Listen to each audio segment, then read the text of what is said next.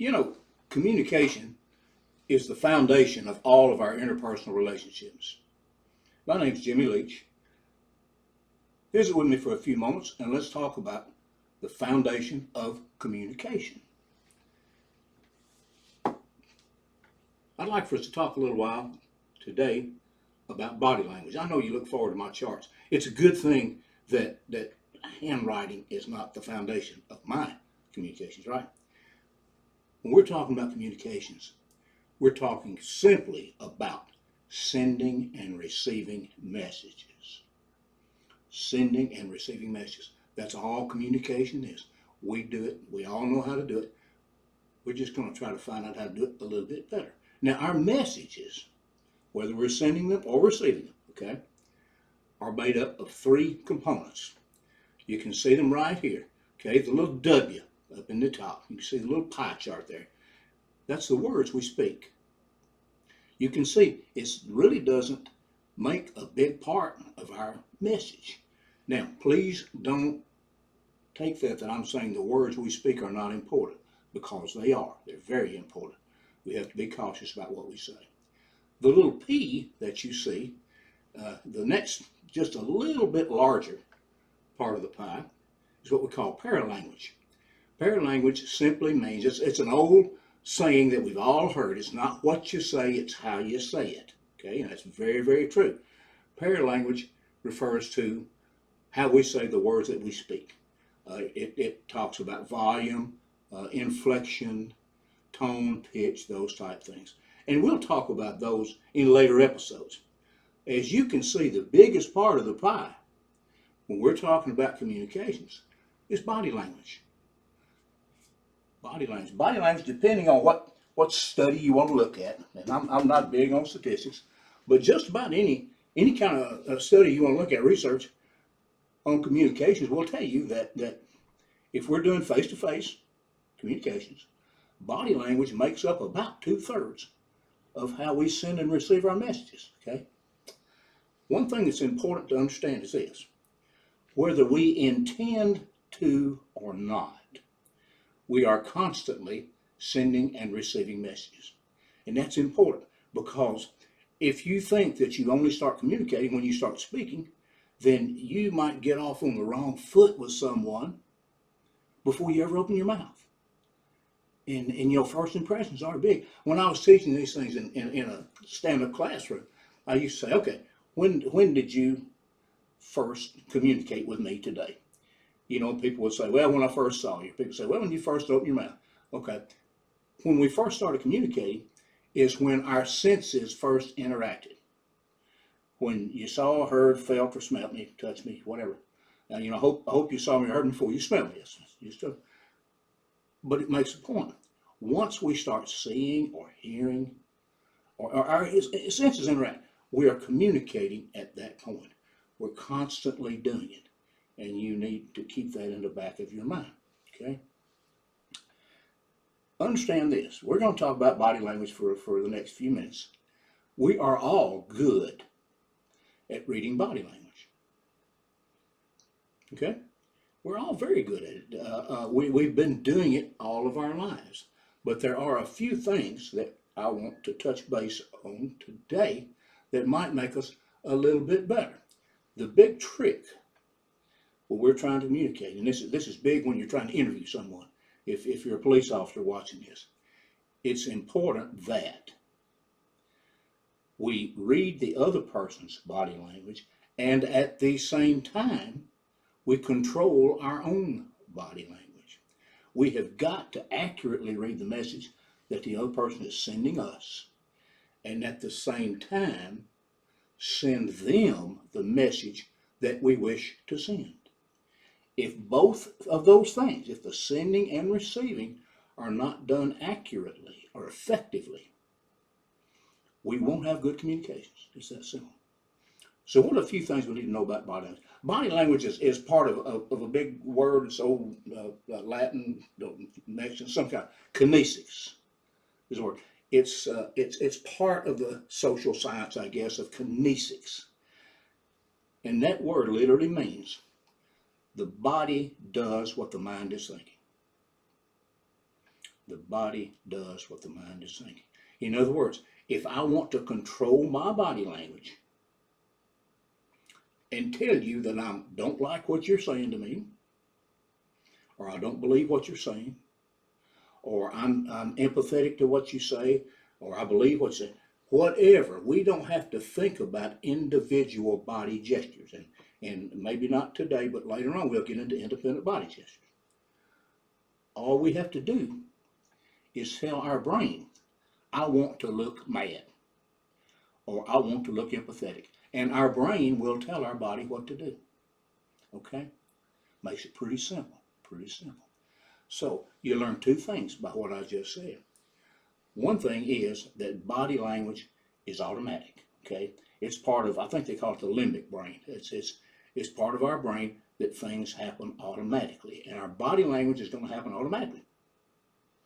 If we feel a certain way, a certain emotion goes through our mind, then our brain's going to tell our body what to do, unless we tell it to do something else. Okay? First thing, body language is automatic, but it can be controlled. It can be controlled, but you have to consciously control it, or it's just going to do certain things. Okay? And one thing we'll talk about more as we get into this, the more stressed you are, the less you can control your body language. It's very important, very important. Another thing that we have to understand is that body language comes in clusters. While I'm sitting here talking to you, my hand's doing something, my eyebrows are doing something, my eyes are doing something, maybe my ears are doing something. I may be rubbing my forehead, scratching my nose. Body language comes in clusters. A lot of times, we may be guilty of taking one particular gesture and trying to read the whole body language demeanor, we'll say, by looking at that one gesture. In other words, is the person mad? Is the person stressed? Are they being deceitful? Are they going along with what I'm saying? Are they opposed to what I'm saying? Whatever the case might be.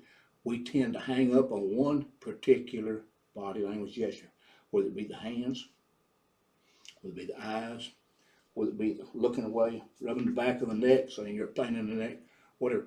But you've got to understand, if you're really going to be able to read the other person's message that they're sending with their body, you've got to understand body language comes in clusters, and you've got to take it all as a whole, okay?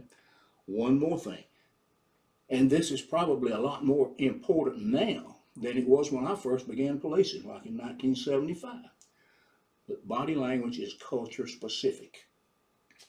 It's culture specific, and what we mean by that is that things that might mean that you're upset in one culture, such as being too loud or getting too close to a person, those things in one culture, that may mean aggression.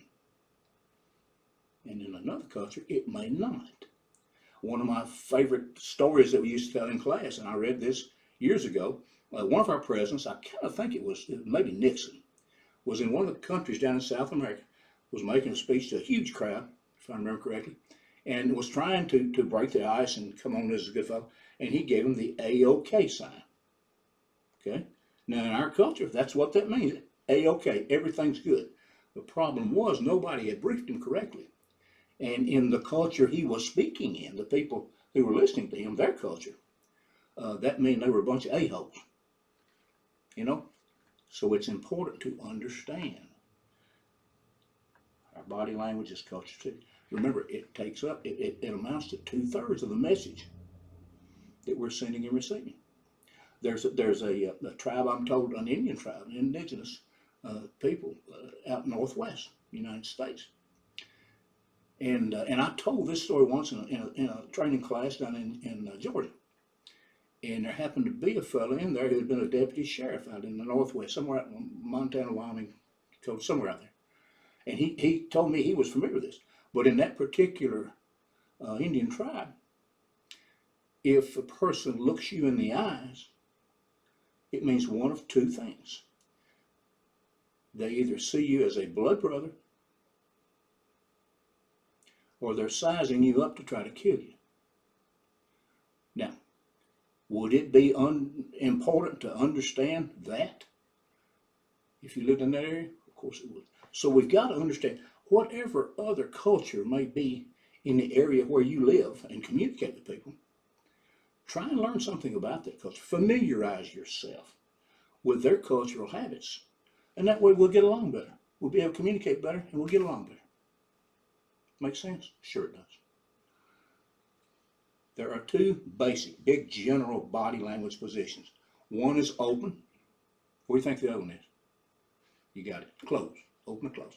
This, I just did it, is the classic open body language position. What I do when I'm saying this, when I'm talking to you, I'm saying, okay, basically my body is saying, I like your message. Send me more of it. I want to hear it. It encourages more talk, more communication. On the other hand, this is the classic closed position. Okay? What my body is saying now, remember we said the body does what the mind is thinking. My body is saying, I don't like your message. I'm afraid it's harmful to me. Keep it away from me. I got to protect myself from that. Okay? If you want to shut somebody up and not say the words, you know, sometimes it's cooler to use your body language than just use your words, because it may keep down fights, you know, disagreements. If you're saying something I don't like, and I do this, and combine it with a little shake of the head, maybe looking away, do I have to tell you I don't like what you're saying? No, you got it. You got it. You know I want you to shut up. Body language is terribly important. One other thing you got to understand is this. You've got to realize, you've got to be able to tell the difference. And you can do this by paying attention and do it by practice. Paying attention for a long time. Practice. You know, this stuff is just like dribbling a basketball or shooting a gun or riding a bicycle. The more you do it, the better you get at it, okay? We've got to be able to differentiate between something, a body language gesture, that is comfortable, and we're just doing it to be comfortable, or it's actually exhibiting what we think, and it's part of the communications process. I'll give you a good example. That once again, I always go back to police work because that's most of what I've done, most of what I've taught. In the police business, a lot of times we stand like this, okay, because we became used to it. A whole lot of us, most of us probably, at least started out in uniform. If we're not still in uniform, at least we start out that way. We got this big belt with all this stuff on it, and we're standing up. It is comfortable to put our hands on our belt and relax. Now, that's just a comfort position for us. It can also exhibit aggressiveness. I had a young lady in my class, a Memphis police officer one time years ago, small lady, and she was saying, she said, look, I get in fights all the time. And we'd been in class together for like a week. And she was a cool student. She was great because she always said funny things. When she was one, and we've all had those in class, when she started talking, everybody shut up and started listening, you know. She was that one. And we were in breakout groups, and she said, she stood up, she's shorter. She stood up and she said, I get in fights. I said, yeah, she said, I get in fights all the time. I said, I don't understand that. You seem like a nice person. She said, I am a nice person. She said, let me give you an example. And she talks about two other officers were the domestic call where two people were into it, you know, husband, wife, boyfriend, girlfriend, whatever. And she pulled up just as backup. And the way she told the story, one of the officers, female officer, was talking to the female that was in the domestic complaint. And it was kind of calmed down. She said, so I just stopped and I just stood there and waited. And she put her hands on her hips like that. And we'd been talking body language all week. I looked at the rest of the class. They looked at me. You know, yep. And she said, that's all I did. I didn't say anything. And she said, the woman that was in the domestic disturbance, who was upset anyway, had started to calm down, said she looked over at this officer that was talking to me. And then she looked back at the other officer that had calmed her down and said, I may go with you, but I ain't doing nothing that so-and-so says. And she said, the fight was on. And I said, look, without meaning to, here's what happened. when you walked up there and you took that stance, I said, if you did it just like you told me, and I'm doing it like she did, hands on the hips, head kind of cocked to the side, I said, what you said without opening your mouth was, all right, I don't know who started this, but I know who's going to stop it. I am here and I am in charge, whether you like it or not. I said, that's the message you sent without ever opening your mouth. It's important. Start a fight. We got to keep those things in mind. Remember, we are sending and receiving those messages all the time. The body language used. Keep in mind, even though it may feel comfortable and you may be used to doing it all your life, try not to do it at the wrong time. Other thing is trying to get, and we'll talk about this more when we get into interviewing and in some other episodes. Get a baseline on the person if you can. Try and find out, and you can do this very quickly. You have to, unless you know the person. Get a baseline behavior on them, which means how do they normally act? How are they acting today? And once again, we'll get into that more when we start talking about questioning people in some later episodes. One other thing that's part of body language is what we call proxemics. Proxemics, proxemics. And that is the study of spatial distance. In other words, put in common terms, how close we are to one another affects how we feel toward one another. Okay? If you and I are getting along good, and I start getting closer to you, it may build a stronger relationship between the two of us. Okay? Because we're physically closer, it makes us feel emotionally closer. Now, on the flip side of that, on the other hand, if we're not getting along good, and I start moving in closer to you, you may feel threatened by it, and it will cause us to be more standoffish. How do you tell the difference? Once again, we're going to talk more about that in later episodes when we talk about diffusing confrontations and interviewing too, especially diffusing confrontations. A lot of times when I was teaching class, talking about interviewing, interrogation, communications, and we talk about body language in all of those communications classes, because it's tremendously important, I would ask the question, what is the single most important part of your body when it comes to body language gestures? And in almost every occasion, the most reaction I got was your eyes. Okay. Let's draw some lines here. Now, your eyes are terribly, terribly important. And your eyes probably send more messages. They're more demonstrative. Is that a word? I think it's a word. More demonstrative than any other part of the body. However, they are also the part of the body that we can manipulate the easiest because we've been taught all of our life to do it. But just quickly, probably the most genuine part of our body when it comes to body language stuff, our feet. I talked to this about my producer on a radio show one time, and he checked me out. About 2 days later, he said, I just tried it, and it works. Next time you're talking to somebody, if the conversation gets a little tough on the other person, if you're asking them questions that they don't want to answer, or it's a little bit adversarial, if you think about it, glance down at their feet and see if their feet are pointing toward an exit. Okay? Once again, the body does what the mind is thinking. If your body is wanting to get out of there, your feet may very well, it won't be a conscious thing you're doing. It's unconscious, but they'll start pointing toward the door, pointing toward somewhere to get away from this conversation, get away from something they perceive as a threat. Okay? The eyes are terribly expressive. What's the first lesson you ever got about how to manipulate your eyes? I know what my first one was, and I bet most of you had the same one. I was a little boy, and someone had carved my initials on some furniture there at home. Now, my mother didn't have the advantage of any kind of body language classes or investigative technique training, anything. That means she just knew that it was my initials and that I had a new pocket knife that my grandfather gave me. So she accused me of doing it.